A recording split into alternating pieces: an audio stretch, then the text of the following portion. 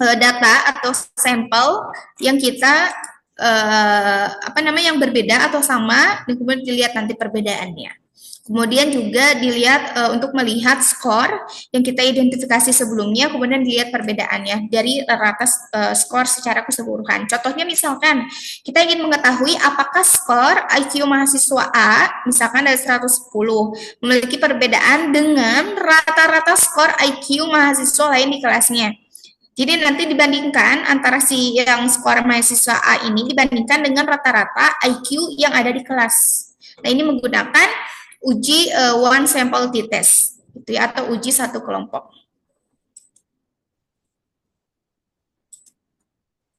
Oke, selanjutnya di uji T1 populasi ini rumusnya ya.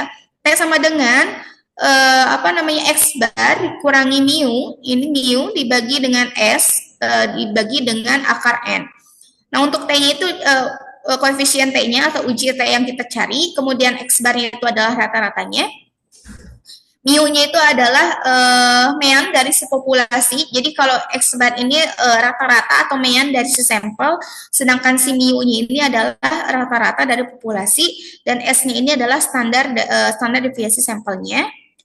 Dan akar N ini adalah si N yang sampel yang diakarkan.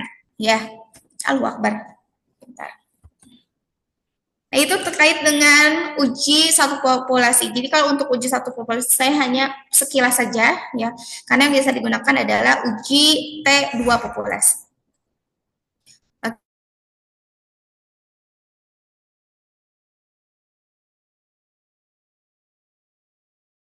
Dengan slide sebelumnya, ada yang berhubungan atau yang berpasangan, atau disebutnya adalah between treatment.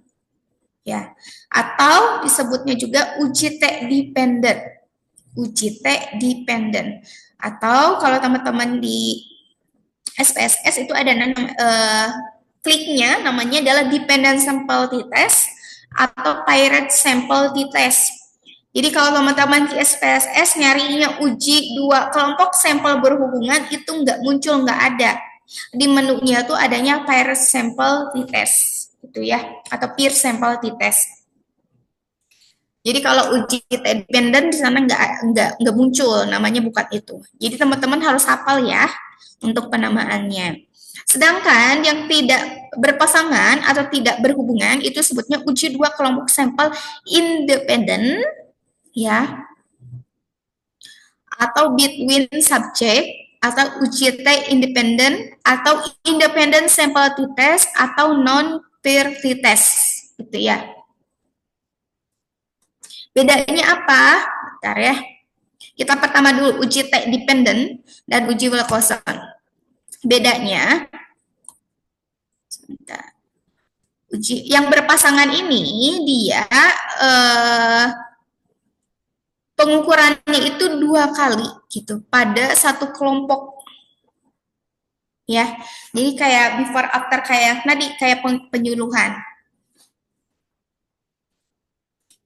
Jadi di sini tuh misalkan untuk mengetahui perbedaan rata-rata antara dua kelompok yang berpasangan sebelum dan setelah dilakukan tes ya. Jadi nanti dilihat si nilainya ya. Mana ya, langsung bentar, langsung ke ini. Bentar. Oke, jadi contohnya apakah ada perbedaan rata-rata berat kadar HB ibu antara sebelum dan sesudah melahirkan? Sebelum dan sesudah melahirkan, berarti ini diukurnya 2 kali.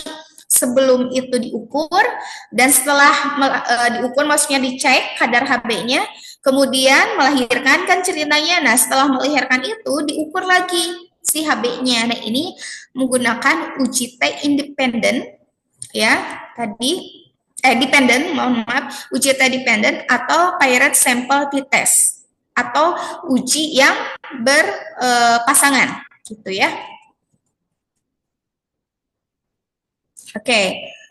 Jadi intinya untuk uji T dependent atau yang berpasangan ini dia pengukurannya 2 kali pada subjek yang sama. Jadi si ibu, misalkan kalau kita mau mengecek rata-rata kadar HB ibu antara sebelum dan sudah melahirkan itu berarti kan ibu yang sama. Misalkan ibu, bocah tuh lagi hamil. Terus sebelum melahirkan itu, bocah dicek dulu, diambil HB-nya. Nah, setelah melahirkan juga dicek lagi, berarti kan pada orang yang sama, ya bukan orang yang berbeda. Ya, beda halnya dengan uji T independen atau yang tidak berpasangan. Kalau yang tidak berpasangan itu dia pada orang yang berbeda. Misalkan ingin melihat perbedaan HB ibu dengan misalkan teman ibu dilihat yang B misalkan ya. Nah itu beda orang. Nah itu disebutnya dengan uji T independen atau tidak berpasangan. Ya, jadi nanti jangan ketukar antara uji T independen dengan uji T dependen. Kalau dependen yang berpasangan diukurnya 2 kali pada orang yang sama.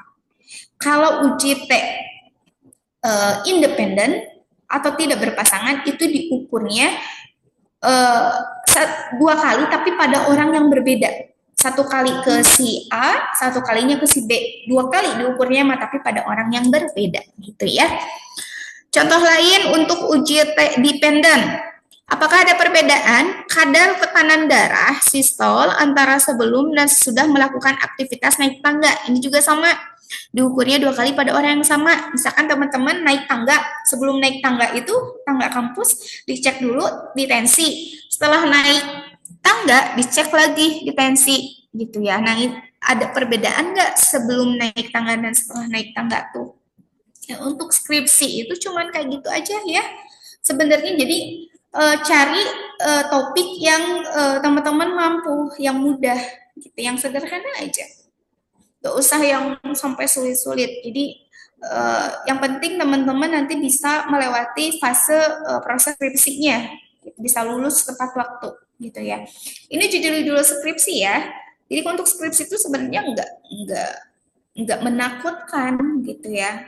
Sebenarnya mudah, gitu. Cuman emang mindset kitanya, mungkin ada beberapa mahasiswa yang mendapatkan pembimbing atau misalkan penguji yang perfeksionis mungkin, atau ada beberapa pembimbing yang agak repot gitu ya, yang mungkin tidak bisa ya macam-macam gitu ya. Nah ini coba teman-teman buat dari sekarang kayak rancangan skripsinya nanti ke depan kayak gimana gitu ya, karena kan bentar lagi teman-teman nyusun gitu ya, jadi harus disiapkan dari sekarang.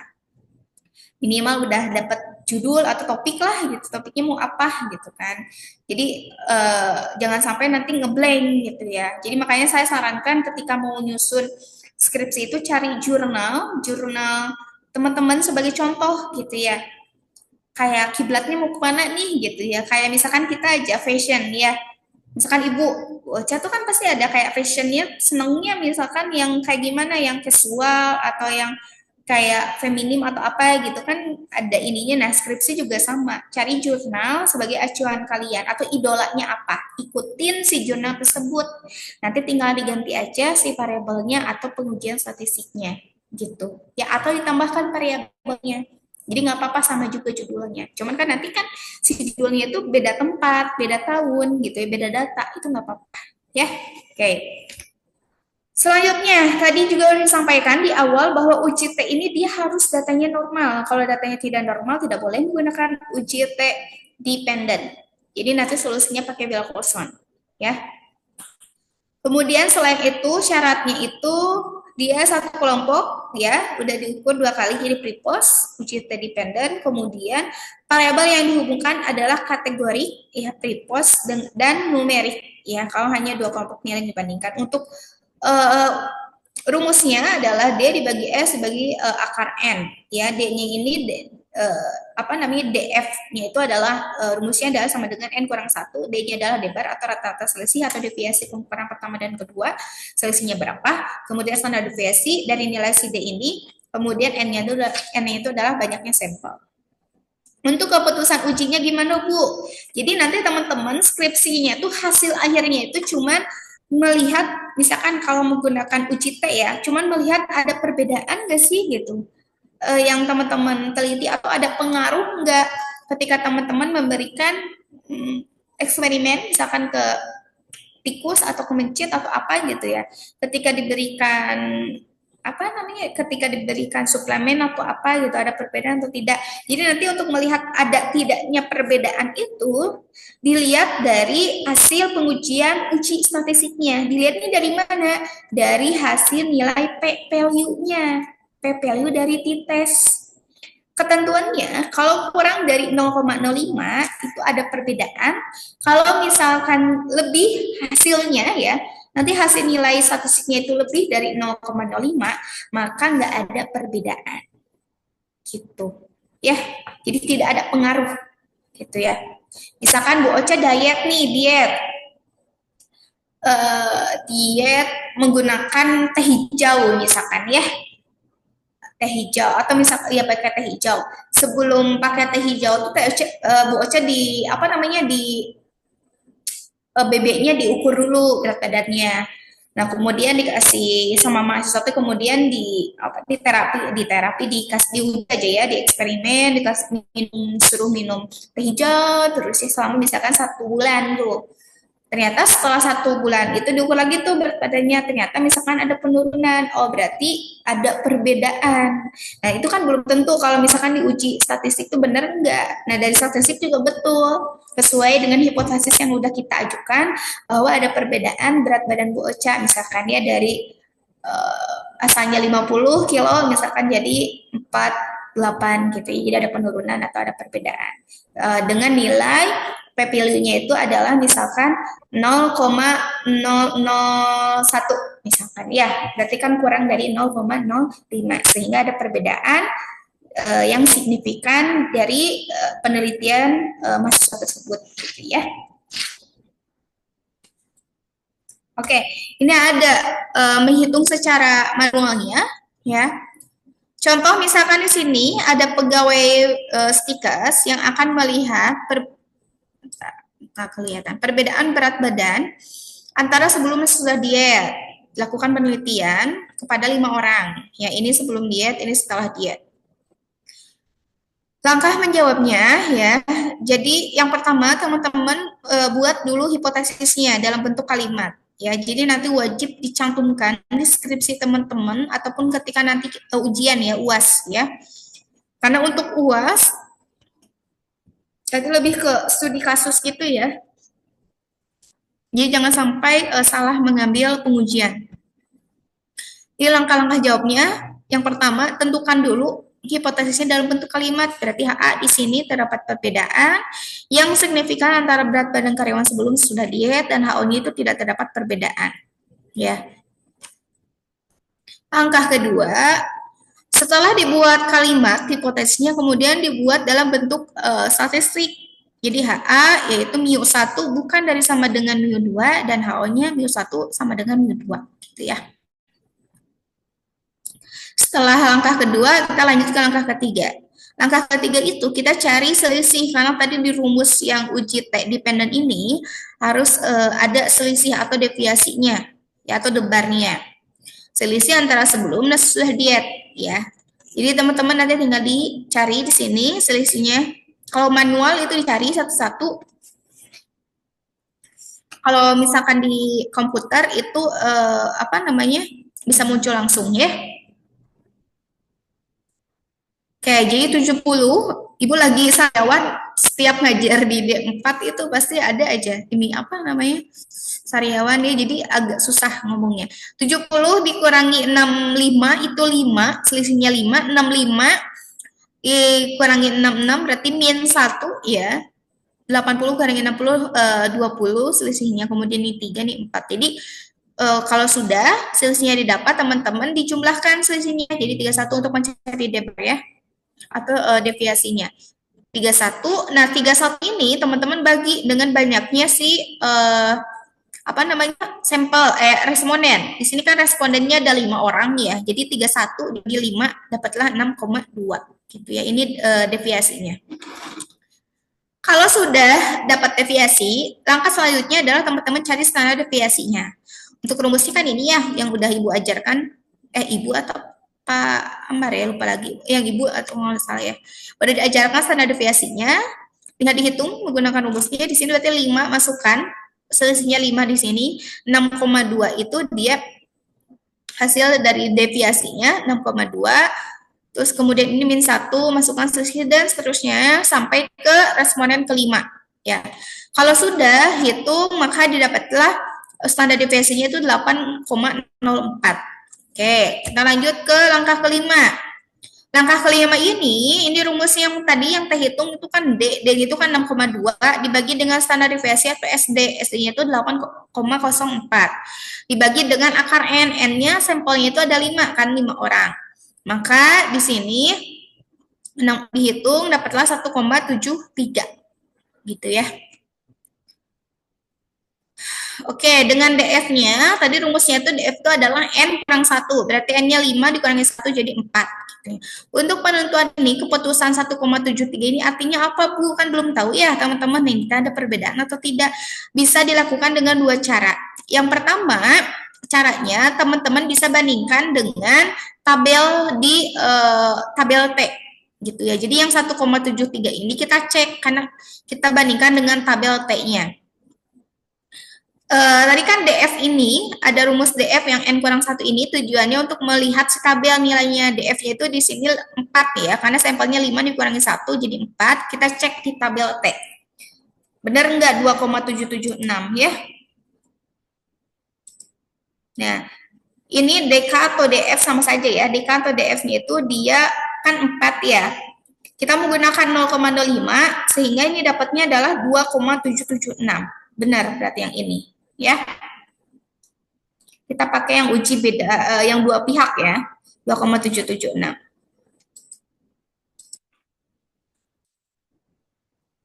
Nah, 2,776 ini kita bandingkan lebih besar atau lebih kecil gitu ya. Nah, tapi kalau untuk tabel dilihat di sini, ternyata hasilnya karena dia hasilnya itu kurang dari R tabel, maka H0-nya itu gagal ditolak atau tidak ada perbedaan yang signifikan gitu ya. Itu cara satu, nggak ada perbedaan. Cara duanya, kalau teman-teman nggak mau lihat, nggak mau baca tabel, bisa langsung dibandingkan aja dengan alfa 0,05 ya di sini. Kita coba lihat di sini kan 0,05 dengan 1,73. Itu lebih besar mana? Lebih besar 1,73 kan? Nah, 1,73 ini langsung aja ketentuannya itu kalau kurang dari 0,05 itu dia ada perbedaan, kalau lebih dari 0,05 itu dia tidak ada perbedaan. Jadi keputusannya juga sama. Ini yang cara kedua itu tidak ada perbedaan yang signifikan. Karena nilainya itu dia 1,73 lebih besar dibandingkan dengan 0,05 gitu ya. Setelah itu langkah ke-6 teman-teman baru buat keputusan uji statistiknya gitu ya. Keputusan ternyata hasilnya adalah tidak ada perbedaan. Jadi nanti teman-teman pakai salah satu aja caranya untuk keputusannya, mau cara satu atau dua, silahkan sesuai dengan kemampuan teman-teman dalam mengambil keputusan. Ini untuk uji untuk tabel yang untuk melihat yang cara satu ya, keputusan cara satu. Oke, kita langsung praktek. Sebelum praktek saya kasih datanya dulu ya, bentar. Saya share dulu di grup. Masih ada nggak di handphone ya? Sebentar. Sambil nunggu saya, buka dulu SPSS-nya. Nanti saya cek. BBLR.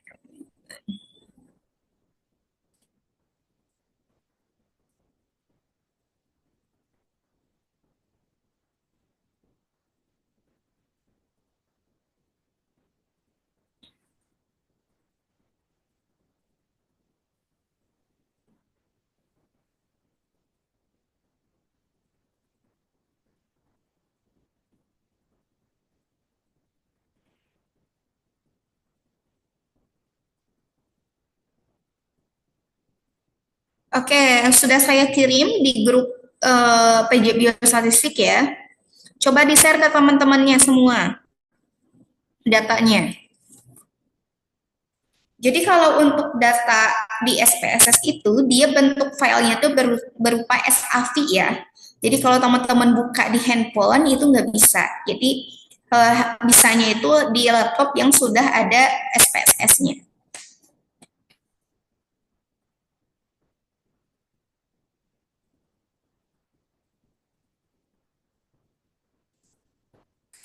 Kalau sudah, boleh konfirmasi ke saya ya.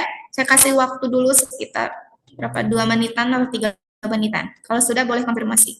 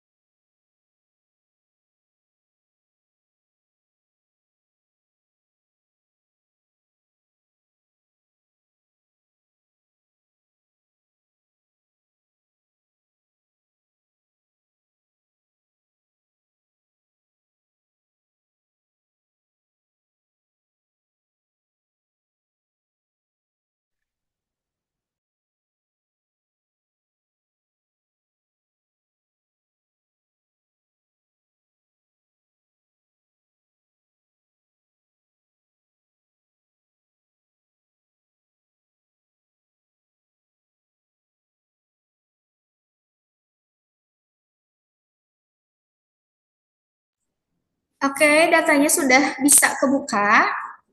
Boleh satu orang konfirmasi ya. Sudah, Ibu. Sudah. Oke. Kalau sudah, ikuti langkah-langkah saya ya. Jadi kita bakal coba uji T dependent untuk data BBLR ya. Jadi kita mau lihat perbedaan tekanan darah sistol pada saat hamil dengan tekanan darah sistol setelah melahirkan. Jadi di sini tadi ya orangnya sama, orangnya tetap sama, cuman diukurnya 2 kali.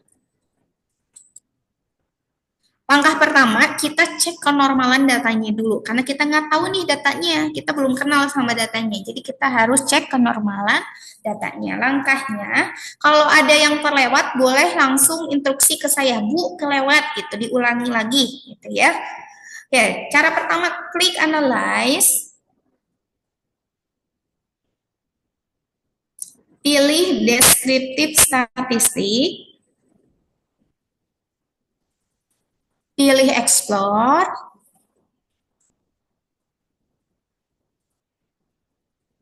Oke, lanjut. Kalau sudah, karena kita dependen, jadi kita pindahkan yang sistol pengukuran pada saat hamil atau sistol 1, pindahkan ke dependent list. Sama sistol 2 ya sekalian, boleh langsung jadi disorot atau diblok dua-duanya, langsung pindahkan ke kanan. Klik yang panahnya. Atau satu-satu juga bisa, sistol 1 dulu pindahkan ke dependent ya. Oke, sistol 1 sama sistol 2 pindahkan ke dependent list. Oke, yang lain biarkan kosong. Kemudian yang di sebelah kanan itu ada statistik, ada plot, option, sama bootstrap. Teman-teman klik yang plot. Plotsnya klik, kemudian centang yang normality plot suite test itu dicentang. Oke, kalau sudah langsung continue dan oke. Continue oke. Coba hasilnya sudah keluar belum? Sudah, Bu. Sudah. Nah, teman-teman bisa melihat hasilnya ya. Di sini cara melihat atau membaca pengujian kenormalan data itu bisa dilihat dengan 2 cara. Bisa di itu bisa di Squinus dan bisa juga di Kolmogorov atau Sapiro ya. Jadi di sini kalau yang Squinus kalau untuk melihat keputusan yang squeeness gitu ya, teman-teman coba lihat di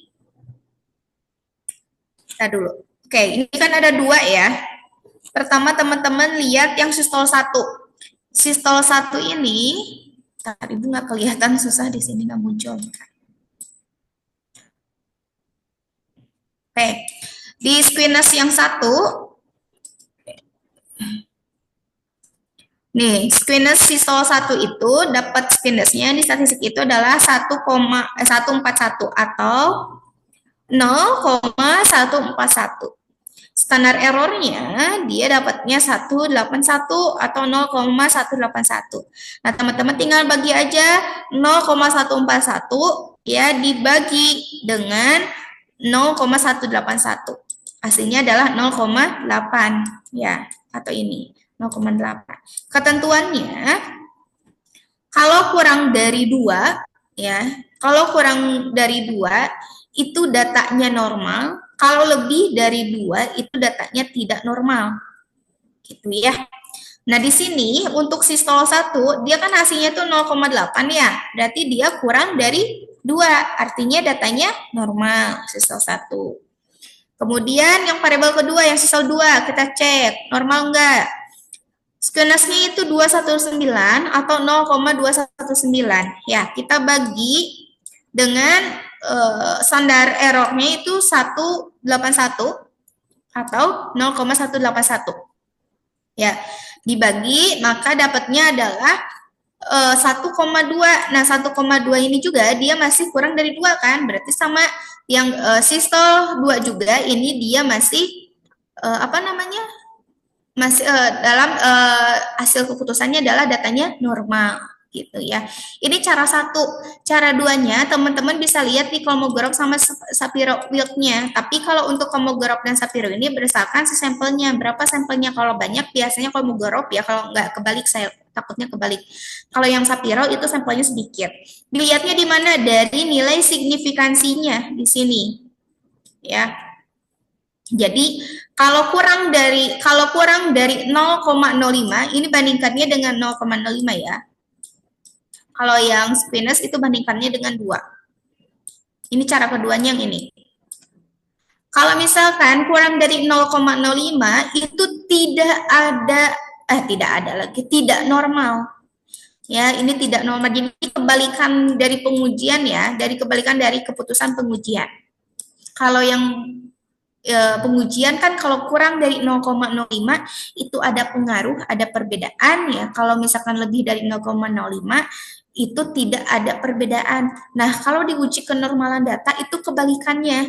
Jadi kalau misalkan kurang dari 0,05 itu tidak ada perbedaan. Kalau lebih dari 0,05 itu ada perbedaan datanya normal.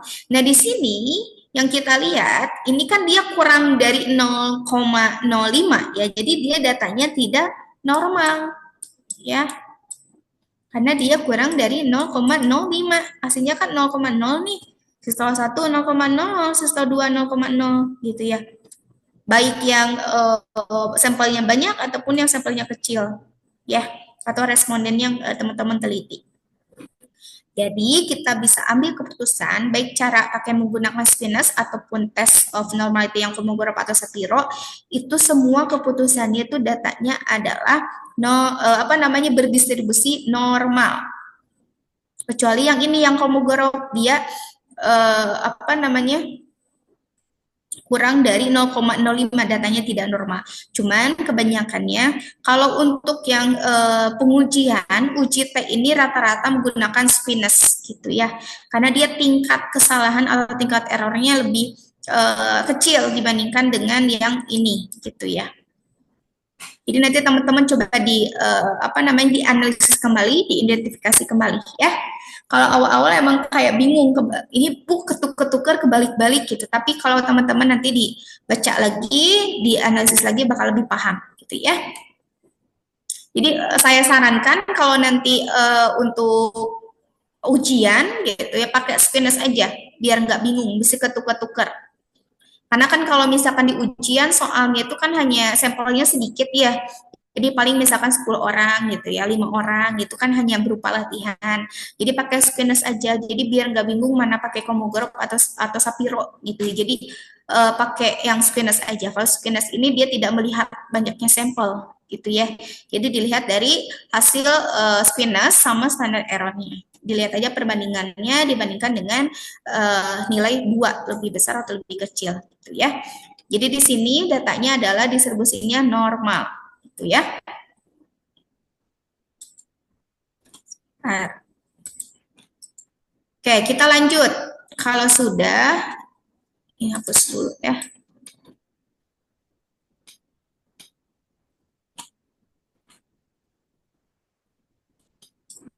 Kalau sudah, baru karena tadi sudah memenuhi syarat bahwa ketika kita dilihat uji kenormalan data menggunakan Spinus, itu datanya normal, maka kita boleh menggunakan uji T dependent, gitu ya.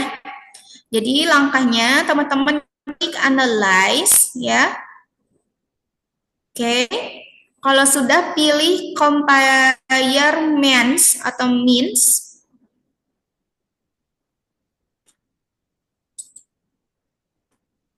Kalau sudah, pilih yang paired sample t-test atau peer sample t-test.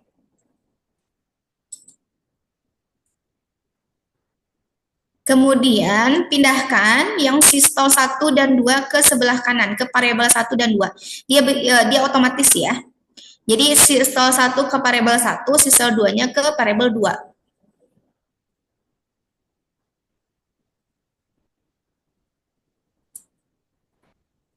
Kalau sudah, langsung oke. Oke? Dan muncul hasilnya. Sudah muncul? Belum? Sudah, Ibu. Sudah, Ibu. Udah. Nah, kalau udah muncul, di sini ada 3 tabel, ada t-test, ada paired sample statistik, ada paired sample korelasi, ada paired sample test gitu ya. Nah, untuk melihat hasilnya ya, teman-teman lihat di sebelah sini yang sig2 tel yang di bawah sini. Hasilnya itu dia 0,00 gitu ya. Jadi kalau kita bandingkan dengan 0,05, maka hasilnya lebih besar atau lebih kecil? Lebih kecil. Lebih kecil, sehingga ada perbedaan yang signifikan rata-rata tekanan darah antara pada saat hamil atau sebelum melahirkan dan setelah melahirkan. Jadi teman-teman hanya melihat di sini aja. Yang ini aja nih. Hasilnya kan 0,000 ya, atau 0,001 ditambahkan 1, karena di ujungnya kalau teman-teman lihat di kalkulator, itu ada ujungnya sampai 1 gitu, itu tidak terhingga, jadi kita langsung aja 0,001 gitu ya. Ibu izin Bu, berarti hasilnya sama ya Bu ya? Soalnya di aku 0,001 Bu. Sama aja. Sama aja, jadi ada yang 0,001, ada yang 0,000. Di sig tutelnya kan lihatnya barusan? Iya Bu, di aku 0,01. Nah, hasilnya sama kan? Jadi dia kurang dari 0,05 kan kalau kita bandingkan dengan 0,05, lebih kecil kan? Ya, nilainya 0,05 atau 0,050 aja ya, dia nggak bingung. Itu kan lebih kecil. Nah, kalau lebih kecil itu keputusannya dia ada perbedaan ya signifikan antara rata-rata tekanan yang sebelum melahirkan dan setelah melahirkan. Nah, ini untuk keputusan ujinya. Jadi nanti skripsi udah selesai cuma sampai gitu aja. Tapi di yang analisis univariatnya, teman-teman jelaskan dulu rata-ratanya. Misalkan di sini rata-rata sistol 1 tekanan darah sistol, misalkan ibu pada saat hamil 123,55 gitu dengan standar deviasi 5,187. Biasanya dijelaskan dulu ini. Baru nanti di akhir menjelaskan keputusan ini hasil penelitian teman-teman. Ya. Jadi sebenarnya skripsi itu enggak menakutkan gitu ya, enggak pusing kalau kita mau belajar. Jadi untuk langkahnya juga mudah ya. Angkanya mudah, cuman yang proses selamanya itu ketika penginputan data, ketika ngambil data ke lapangan gitu, karena kan sendiri, kemudian pas awal-awal penentuan pengujian biasanya agak bingung, ini cocoknya pakai uji apa, itu biasanya suka bingung ya. Tapi kalau udah dapat pengujiannya mah cepat ya, langkahnya mudah gitu ya. Jadi nanti akhirnya skripsi itu cuma ngelihat ini aja, dia ada perbedaan atau enggak, udah selesai. Ya, jadi nanti di kesimpulannya juga endingnya cuman pengen tahu aja dia lebih besar atau lebih kecil dari 0,05, udah gitu. Ya, itu untuk uji T dependent atau yang berpasangan. Datanya yang normal ya, itu pakai uji T. Sebentar. Oke, nah kalau sudah ya, yang tadi teman-teman udah analisis nih, kalau sudah buat tabel ya, jadi nanti deskripsinya buat tabel, tapi tabelnya yang tertutup ya. Jadi kalau tabel tertutup, ini yang nggak boleh ini harusnya dihapus, kanan dan kirinya dihapus. Jadi dia cuman ada garis aja. Ini juga sama, biasanya dihapus ya. Tergantung dari aturan masing-masing unit. Ya, biasanya kalau di Unjani kiri dan kanannya itu nggak ada kosong, jadi tabel terbuka ya. Nah, kalau sudah dianalisis, teman-teman buat tabel terbuka, kemudian dibuat diinterpretasikan. Jadi nanti juga ketika ujian UAS, yang saya minta itu di UAS itu nanti yang ditulis, yang dikumpulkan itu hasil ini tabel dan interpretasinya. Ya. Jadi di sini kita buat tabel distribusi rata-rata tekanan darah sistol responden menurut pengukuran pada saat hamil dan setelah melahirkan, ya, atau sebelum melahirkan dan setelah melahirkan. Interpretasinya di sini dari hasil penelitian didapatkan bahwa rata-rata tekanan darah sistol ibu pada saat hamil adalah 123,55 mmHg ya.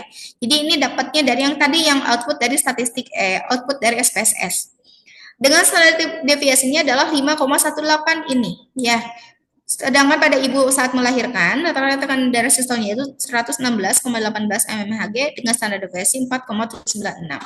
Nah, kalau kita lihat, katanya diinterpretasikan, terlihat nilai mean atau rata-ratanya itu perbedaan ini sistol 1 dan sistol 2-nya itu adalah 7,367 dengan standar deviasi itu 6,5995 ya. Ini bisa dilihat di sini, di belakang yang itu ya, di outputnya, yang tadi yang SPSS.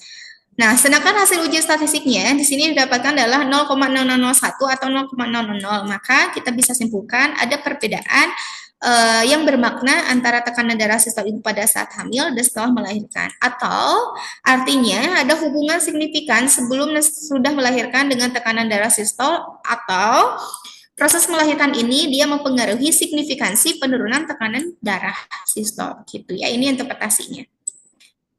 Biasanya ini tergantung dari pola teman-teman dalam menyusun kalimat ya. Tapi kalau sekarang sepertinya udah mudah ya, ada GPT AI juga yang bisa membantu ngeparafrase.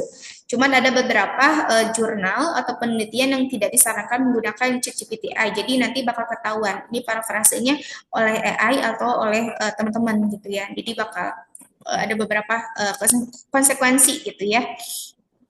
Tapi kalau untuk sebagai apa namanya ya, pembuka teman-teman untuk menulis nggak apa-apa, pakai AI juga nggak apa-apa, cuman mungkin nanti sama teman-teman diparafrase lagi gitu ya, biar lebih mudah. Karena mau nggak mau dengan adanya teknologi sekarang, kita harus mengikuti ya, bukan menolak, jangan menolak, tapi kita harus ikutin. Kalau ada AI, kita harus belajar AI juga, harus bisa.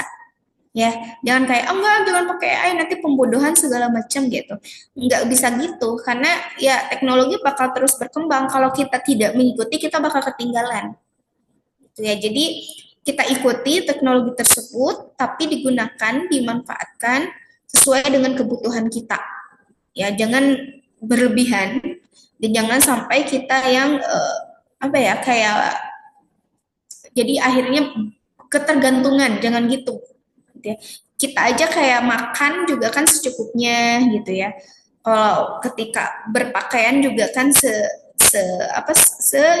disesuaikan gitu ya. Jadi nggak boleh berlebihan, nggak boleh kayak bergantungan banget gitu, nggak boleh, itu kan nggak baik juga ya. Jadi kalau ada teknologi ikutin, belajar. Gitu. Oke, lanjut ini untuk latihan ya. Ini dikumpulkan, sebentar, ini hapus dulu. Ini latihan soal 1 ya. yang uji T dependent. Ini dikerjakan, tapi nanti di akhir aja ya. Nanti sama saya kasih PowerPoint-nya, jadi biar teman-teman bisa ngikutin langkah-langkah dari PowerPoint yang sudah saya kasih, karena lengkap kan, ya. Jadi nanti tinggal dibaca. Oke, untuk uji T dependent ada pertanyaan? Cukup?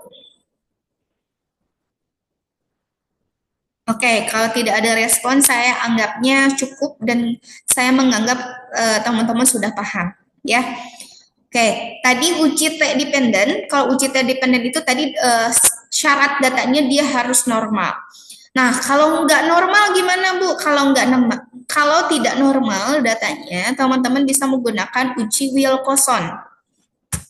Ya, uji Wilcoxon. Jadi ini tuh alternatif dari pengujian uji T. Jadi jangan berkecil hati. Kalau datanya tidak normal, tinggal pakai Wilcoxon saja. Atau si Wilcoxon ini dia masuknya ke dalam pengujian non-parametrik yang udah saya bahas di sebelum UTS, ya, perbedaan antara parametrik dan non-parametrik. Nah, Wilcoxon ini masuknya ke dalam non-parametrik kelompoknya, ya. Oke, untuk pelatihan praktik, datanya masih sama, pakai data yang barusan, pakai yang BBLR. Jadi kita mau lihatnya, kalau tadi tekanan sistol, sebelum dan setelah melahirkan, kalau sekarang, kalau sekarang itu kita mau melihat perbedaan rata-rata berat badan ibu saat hamil dengan berat badan ibu setelah melahirkan, atau BB sebelum lahir dan BB setelah lahir, ya. Diukurnya sama 2 kali pada orang yang sama, ya.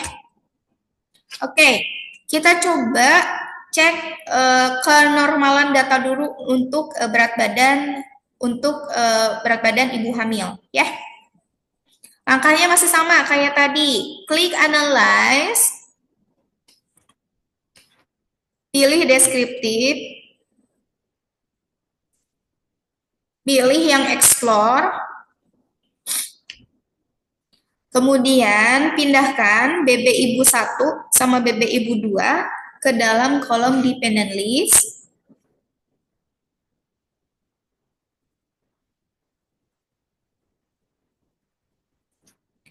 Kalau sudah, klik plots yang samping kanan, diklik plots-nya.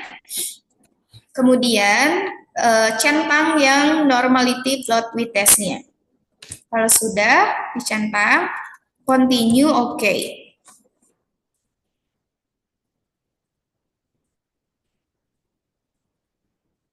Oke, kalau sudah muncul, coba saya mau tanya ke salah satu, ya.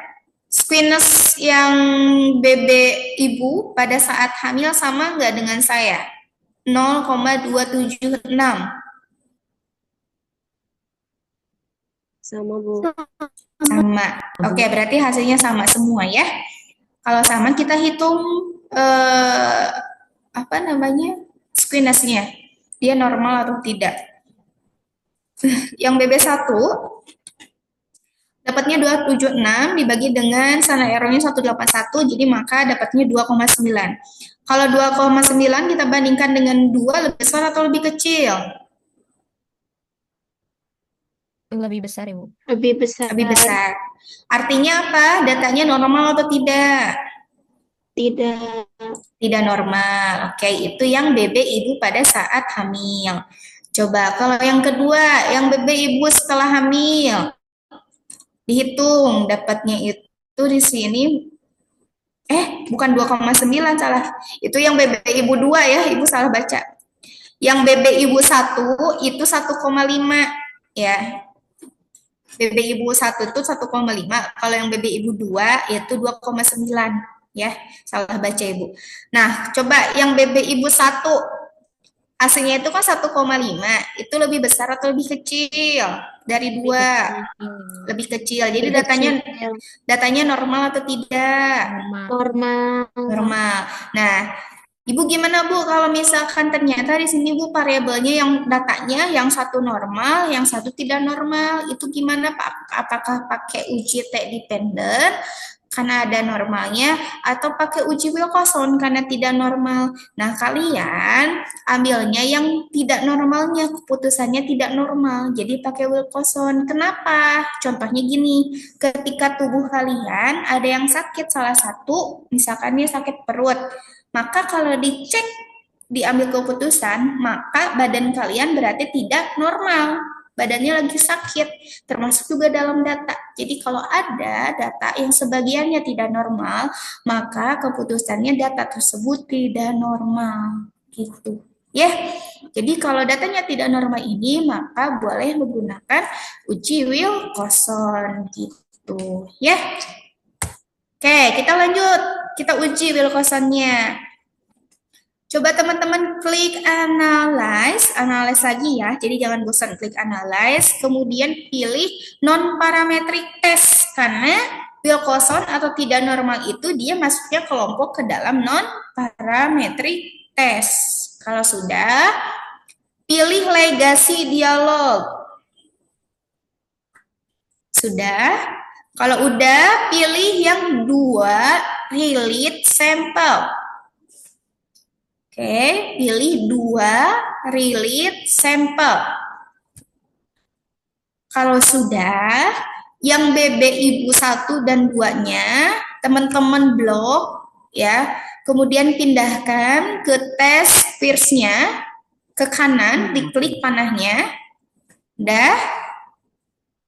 Kalau sudah ya, di bagian tes tipenya, itu kan ada Wilcoxon, ada Shin, ada McNemar, ada marginal homogeneity. Nah, teman-teman klik aja atau centang yang Wilcoxon, karena kita ujinya pakai Wilcoxon. Sudah? Oke, kalau sudah langsung continue oke ya, kalau nggak langsung oke.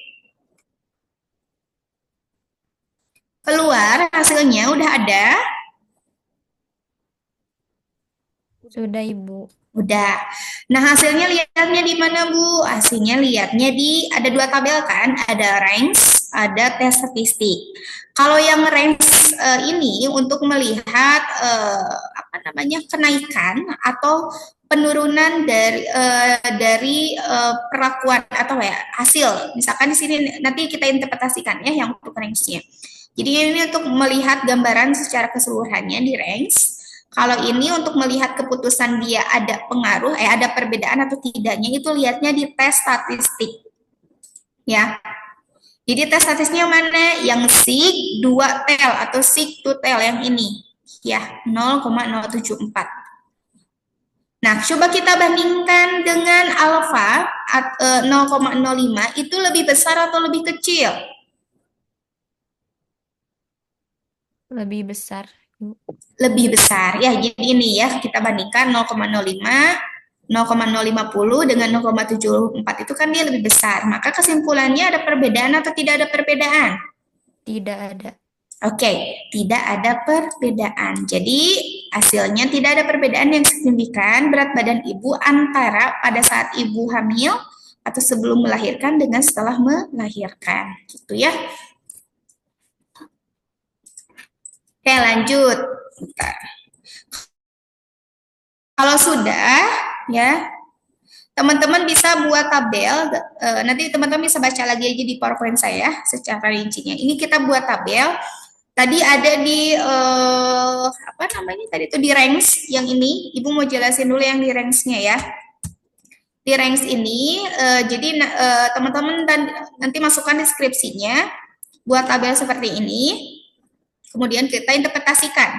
Ya, jadi di sini didapatkan bahwa rata-rata berat badan ibu sebelum melahirkan itu 53,09 kilo rata-ratanya ya. Dari sampelnya itu di sini 180 ya. Kalau teman-teman cek datanya di SPSS itu ada 180 ibu hamil atau 180 orang ya.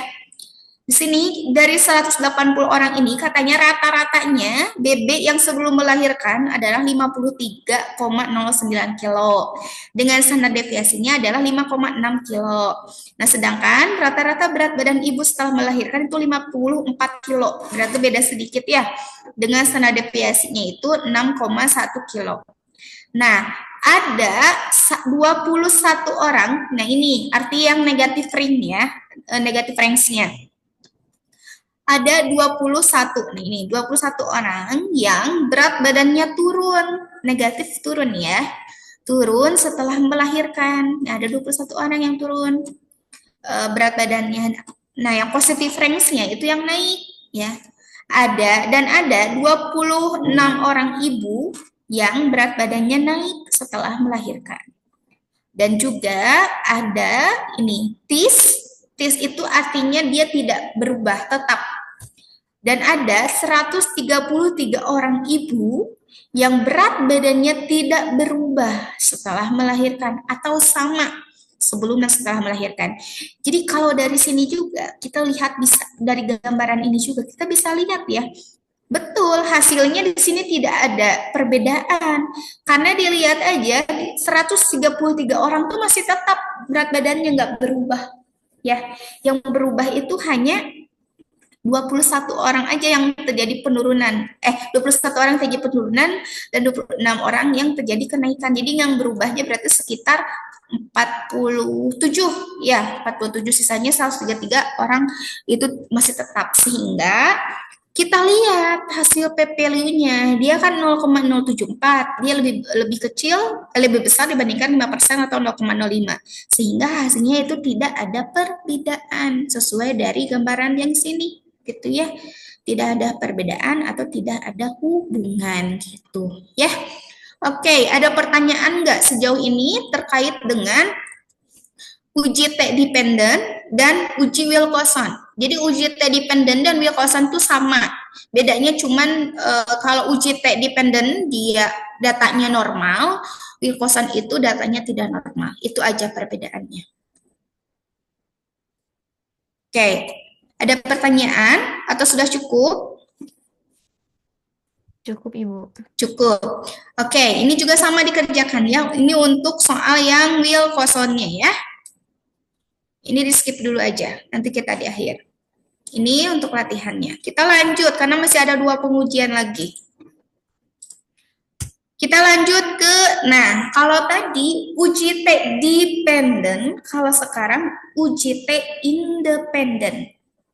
Ya, nah kalau datanya tidak normal, di uji T independent ini pakainya uji Mann-Whitney. Ya, uji Mann-Whitney. Jangan ketukar sama Wilcoxon, soalnya beda. Ya. Perbedaannya apa, Bu? Tadi udah dibahas juga. Kalau uji T independen ini, bentar, nah ya, dia itu diukurnya pada orang yang berbeda, ya, atau tidak berpasangan, atau berbeda. Jadi pada kelompok yang berbeda, pada 2 kelompok, gitu ya. Kita langsung ke contoh aja, mana ya?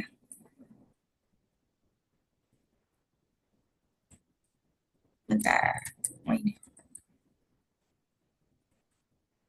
Nah, contohnya misalkan mau melihat HB pada siswi kelas A yang dikasih atau diberikan tablet tambah darah atau TTD ya, dan siswi kelas B yang tidak diberikan TTD. Berarti ini kan pada orang yang berbeda ya, antara kelas A dengan kelas B, tapi diberikan TTD. Yang kelas A diberikan TTD, di sini yang kelas B tidak diberikan TTD. Mau dilihat apakah ada perbedaan atau tidak si HB-nya. Nah, ini pakainya uji T independen kalau datanya normal. Kalau datanya tidak normal, teman-teman gunakan uji Mann-Whitney gitu, ya. Syaratnya tadi ya, kenormalan data, kemudian prinsipnya di sini untuk uji ini selain dari p-value juga bisa dilihat dari Leuven test-nya, ya. Jadi kalau kurang dari varians, maka kurang dari Lewin test si nilai alfanya, maka variansinya berbeda. Atau nanti teman-teman ketika ngambil si keputusannya dilihat di equal variance not sums-nya ya. Kemudian kalau misalkan lebih dari alfa, maka teman-teman ngambilnya dari equal variance yang sama. Nanti deh kita lihat di output ya. Kalau secara teori masih bingung, nanti lihat di output. Oke. Untuk langkah-langkah pengujiannya sama dengan uji dependent. Jadi pertama teman-teman buat dulu hipotesisnya dalam bentuk kalimat ya. Kemudian buat dalam bentuk statistik. Kalau sudah di sini yang bedanya di sini, kalau untuk uji T independen itu ada pengujian uji homogenitas varian gitu dan ada uji F-nya. Nah, ini biasanya tergantung dari si dosen pembimbingnya apakah mau dilakukan uji homogenitas berbeda atau tidak. Karena biasanya nanti uji variansi ini muncul di hasil uji T-nya. Jadi nanti otomatis muncul gitu ya. Kemudian cari p-value-nya, uji kenormalan datanya segala macam gitu ya. Ini langkah-langkahnya gitu. Untuk keputusan ujinya sama dengan uji T dan uji Wilcoxon, uji T dependent dengan Wilcoxon. Jadi kalau kurang dari 0,05 itu ada perbedaan, kalau lebih itu tidak ada perbedaan. Oke, untuk praktik yang T independen masih sama ya, menggunakan data yang LR. Nah, kita mau coba uji data yang mana hubungan yang BBLR, kejadian BBR dengan yang tekanan darah sistol 2. Jadi nanti mau lihat apakah ada perbedaan tekanan darah sistol yang 2 itu antara ibu yang anaknya mengalami BBLR dengan ibu yang anaknya tidak mengalami BBLR. Ya. Oke. Kita coba uji kenormalan dulu. Langkahnya sama, kayak tadi. Klik Analyze, pilih Descriptive Statistik, kemudian pilih Explore. Kalau sudah, pindahkan yang yang tadi BBLR dan juga dengan sistol 2 ya. Kalau sudah, diklik plots-nya. Kemudian centang normality with test-nya. Kalau di kelas biasanya saya cek satu-satu ya. Karena online jadi sayanya bingung kayak ngobrol sendiri ya. Jadi kalau sudah dicentang normality with test-nya, kemudian klik OK, continue OK. Maka muncul hasilnya seperti ini. Ini ada sistem pengukuran setelah melahirkan dan sebelum ya. Lihat, hitung. Saya karena udah jelas secara detail, jadi kita langsung ke hasil. Jadi kalau ini kita lihat di sistolnya itu bahwa dia itu di bawah 2 ya, disebutkan bahwa datanya normal, gitu ya, karena hasilnya 1,21 atau di bawah 2, sehingga menggunakan uji T independen. Ya, oke, kita lanjut, kita langsung uji ya. Klik Analyze.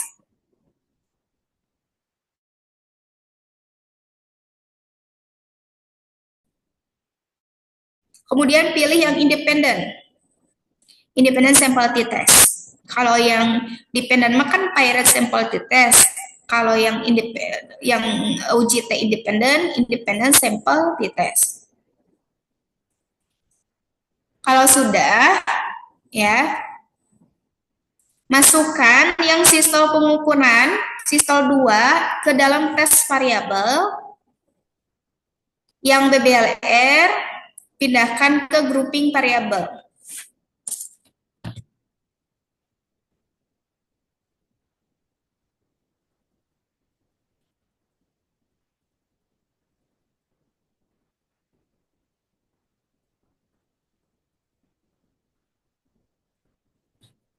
Sudah, kalau sudah, teman-teman coba klik yang define groups, yang bawahnya tuh. Akan ada grouping variable. Di bawahnya tuh ada define groups. Nah, define groups-nya diklik. Kemudian yang grup 1 dikasih angka 0, grup 2-nya dikasih angka 1. Kalau sudah, continue, oke. Ya, outputnya sudah keluar. Sudah, Bu. Udah. Sudah, Bu. Oke, outputnya ada 2 ya, ada grup statistik sama independent sample t-test. Untuk melihat hasil keputusan dari uji T independen, teman-teman bisa lihat di signifikansi yang ini ya. Bentar, oke. Nah ini 1,04 ya. Oke, kita analisis. Di sini kita lihat ada varian kedua kelompok yang sama ya. Jadi ini yang tadi yang disampaikan oleh saya terkait dengan Levin test ya. Nilai Levin testnya itu dia Levin testnya itu dia kurang dari mana sih? 0,05 bentar ya. Nah ini dia tuh kan masuknya ke variations ya. Variannya sama karena dia posisinya ada di sini. Ada di ini nih, signifikasinya ada di varian sama. Jadi teman-teman jangan ngambil yang lain signifikasinya. Jadi ngambil yang atas ya sesuai dengan nilai yang muncul. Jadi biar nggak bingung langsung aja. Munculnya di equal variance. Karena kalau misalkan nanti variance-nya nggak sama, biasanya sih nilai signifikasi ini tuh munculnya di bawah di sini. Gitu ya. Karena ini masuk variance yang sama, jadi dia munculnya di atas ini, gitu ya. Nah, kalau kita lihat di sini terdapat varian yang sama, ya kelompoknya sama, kemudian karena kan dia nilainya itu di atas. Kalau kita lihat di keputusan uji Levin test, kalau nilainya lebih dari 0,05 maka dia variasinya itu sama gitu ya. Jadi yang ini, yang nilai variance ini kalau misalkan lebih, kan ini dia 0,104 ya, berarti kan artinya sama gitu. Atau misalkan teman-teman nggak usah dibandingkan dengan 0,05 juga udah ketahuan karena dia posisinya udah ada di sini di varian sama gitu ya. Nah, maka teman-teman ambil keputusannya dia ada perbedaan atau tidaknya itu adalah di sini di seek to tell, tapi ambilnya yang 0,46. Bukan yang 0,42 karena kan ini mah yang untuk variannya berbeda. Sedangkan hasil datanya yang ini tuh dia variannya sama ya sesuai di sini. Jadi ngambilnya yang ini datanya ya, yang seek to tell-nya yang 0,46. Nah, 0,46 ini kalau kita bandingkan dengan 0,05 lebih besar atau lebih kecil? Lebih kecil. Lebih kecil ya, walaupun perbedaannya sedikit. Ini kan 0,050 ya. Dengan 0,046 tuh. Ini kan cuma beda sedikit ya, 0,4 gitu. Nah, tetap ini kan lebih kecil dibandingkan dengan 0,05. Jadi keputusannya ada perbedaan antara tekanan darah sistol ibu yang anaknya mengalami BBR dengan ibu yang tidak mengalami BBR gitu ya. Oke, bentar. Ini untuk latihan juga sama ya. Ini untuk latihan nanti di akhir. Kemudian kita lanjut ke Mann-Whitney. Oke, untuk Mann-Whitney ketentuannya datanya harusnya tidak normal ya. Jadi datanya harus tidak normal. Kemudian data untuk pengujiannya kita masih menggunakan data BPLR yang udah saya kasih, tapi kita mau lihat perbedaan umur antara ibu yang anaknya mengalami BPLR dengan ibu yang anaknya tidak mengalami BBR ya. Jadi si variabelnya itu umurnya sekarang ya, variabel independennya. Oke, seperti biasa kita cek kenormalan data, tapi teman-teman skip aja. Jadi saya hanya jelaskan langsung ke putusannya. Di hasil uji kenormalan data ini hasilnya dia 6,19 ya. Ini udah gede banget ya, kalau bandingkan dengan 2 jauh banget, 3 kali lipat. 0,19 berarti artinya datanya sudah tidak normal ya, sudah pasti tidak normal. Gitu. Maka boleh menggunakan uji Mann-Whitney, gitu ya. Langkahnya, baru teman-teman ikutin ya. Langkahnya klik analyze, pilih non-parametrik karena datanya tidak normal. Kemudian pilih legacy dialog. Kemudian pilih yang 2 independent sampel. Kalau tadi yang Will Poston mah 2 relate sampel ya. Kalau sekarang yang Mann-Whitney 2 independent sampel. Sudah? Kalau sudah, yang umur ibu pindahkan ke tes variabilis. Yang yang BBLR pindahkan ke grouping variabel. Kalau sudah, di bawah itu ada tes tipe ya. Tes tipenya dicentang yang Mann-Whitney.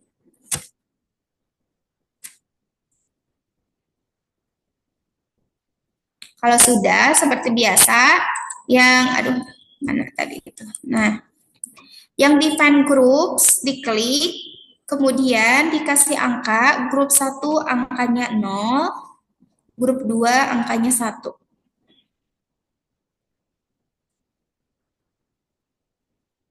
Sudah? Kalau sudah, continue, lanjut ke bentar ya.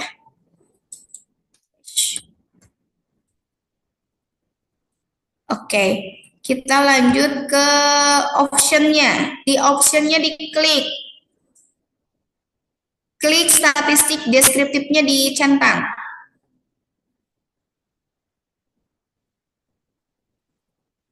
Sudah? Kalau sudah, continue oke.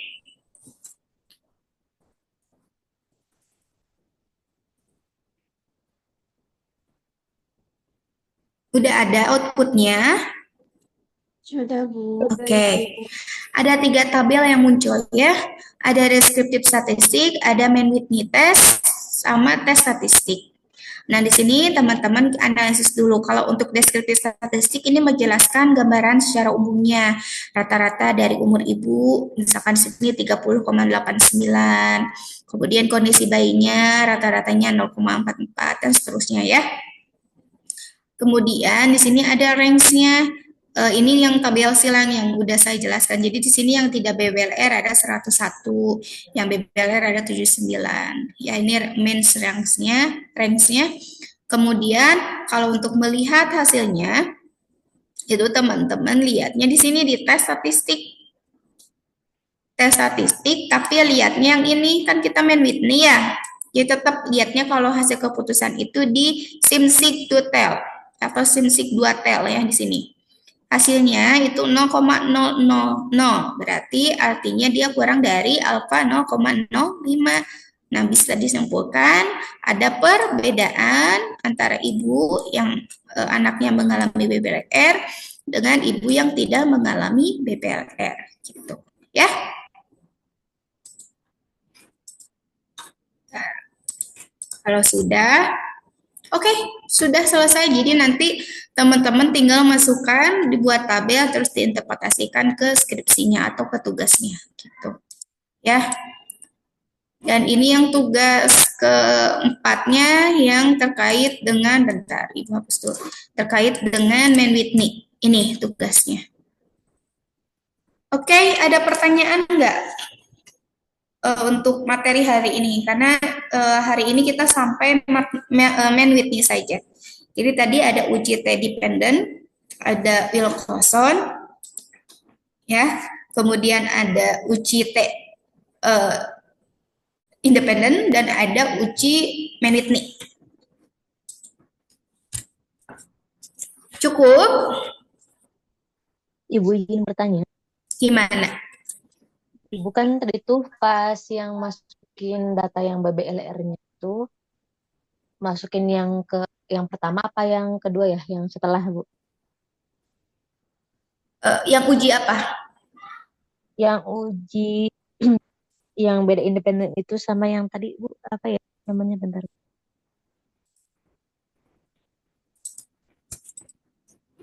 Yang BBLR, bentar Ibu cek lagi. Ibu juga ini, bentar. Ini kenapa?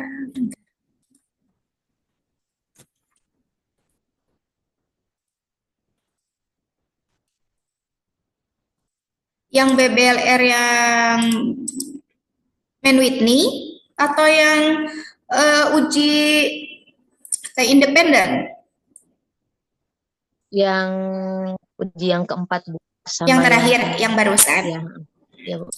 Yang barusan tuh, jadi yang umur ibunya masukannya ke tes variabilis. Kalau yang BBLR masukannya ke grouping variabel. Nah, yang BBLR-nya itu kan ada 2 Bu. Yang Ada satu sayang. Oh, ada 1. Itu mah berat badan ibu yang ada 2 mah.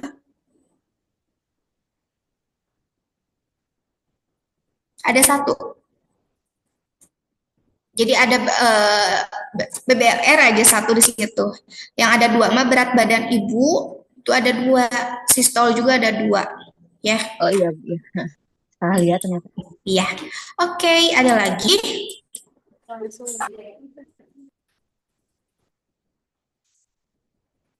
Oke, Keisha, ada pertanyaan? Cukup. Oke, kalau cukup, teman-teman kerjakan 4 soal yang nanti saya kasih PowerPoint-nya di grup PJ. Kerjakan, kita sampai jam berapa? Tadi kan mulai jam 1 kurang ya, 1 sampai jam setengah 3 berarti ya kita ya. Memungkinkan nggak kalau dikerjakan beres jam 3? Ada kuliah lagi nggak? Ada Ibu. Ada jam berapa?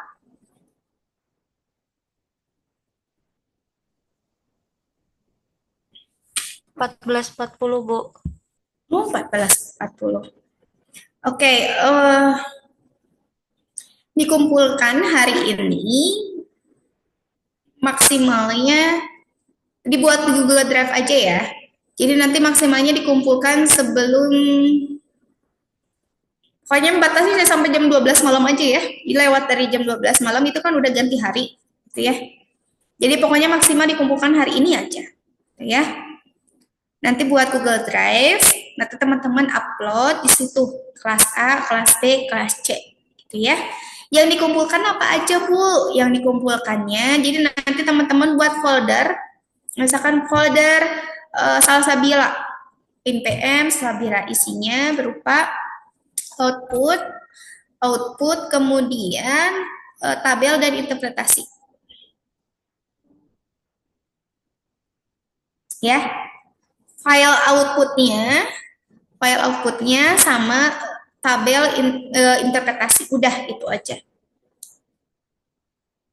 Harus lengkap dikumpulkannya, karena kalau tidak lengkap si file outputnya, saya kiranya nanti teman-teman hanya ikut nyontek doang. Tapi kalau saya ngecek dari file outputnya ketahuan ini laptop siapanya, ngerjain sendiri atau nggak ketahuan ya.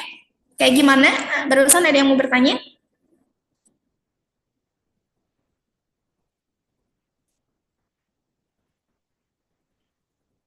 Bentuknya PDF, jangan Word, karena kalau PDF, kalau Word itu takutnya nanti ada yang ngambil, akhirnya dicontek ya. Jadi bentuknya PDF. Tapi kecuali kalau yang output file output SPSS itu kan bentuknya SAV ya.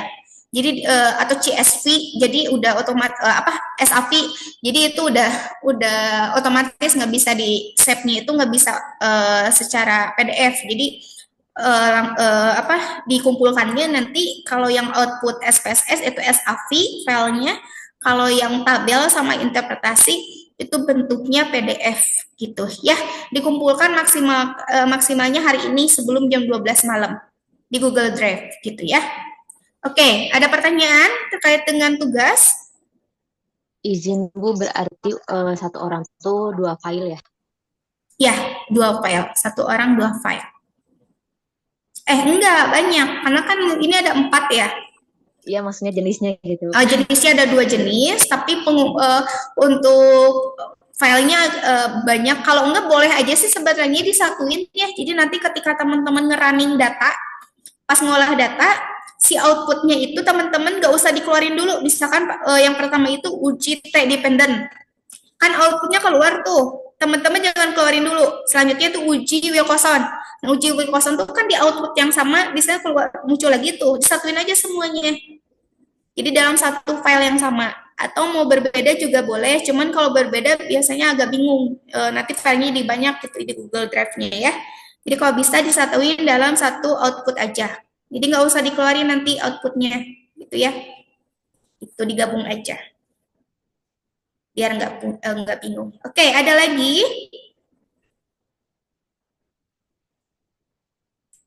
Cukup? Oke, kalau cukup saya mau tutup ya, tapi sebelum tutup kita dokumentasi terlebih dahulu. Jadi semuanya diharapkan on cam.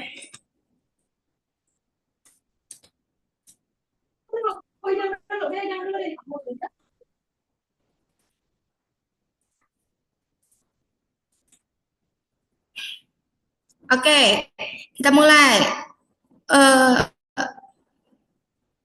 On cam ya, semuanya on cam. Ya, oke. Slide 1. 1, 2, 3. Oke, sebentar. Salah mana ya? Bentar.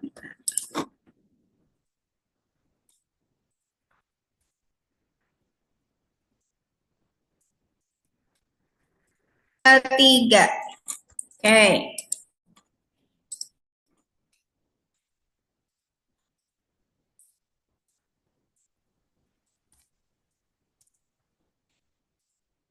Lanjut ke 3. 1, 2, 3.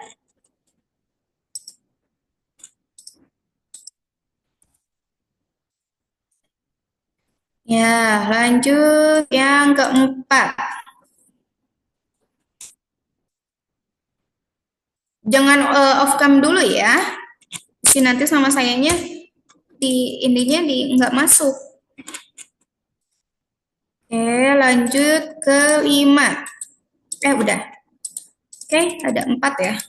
Sip, udah selesai teman-teman. Terima kasih perhatiannya untuk pertemuan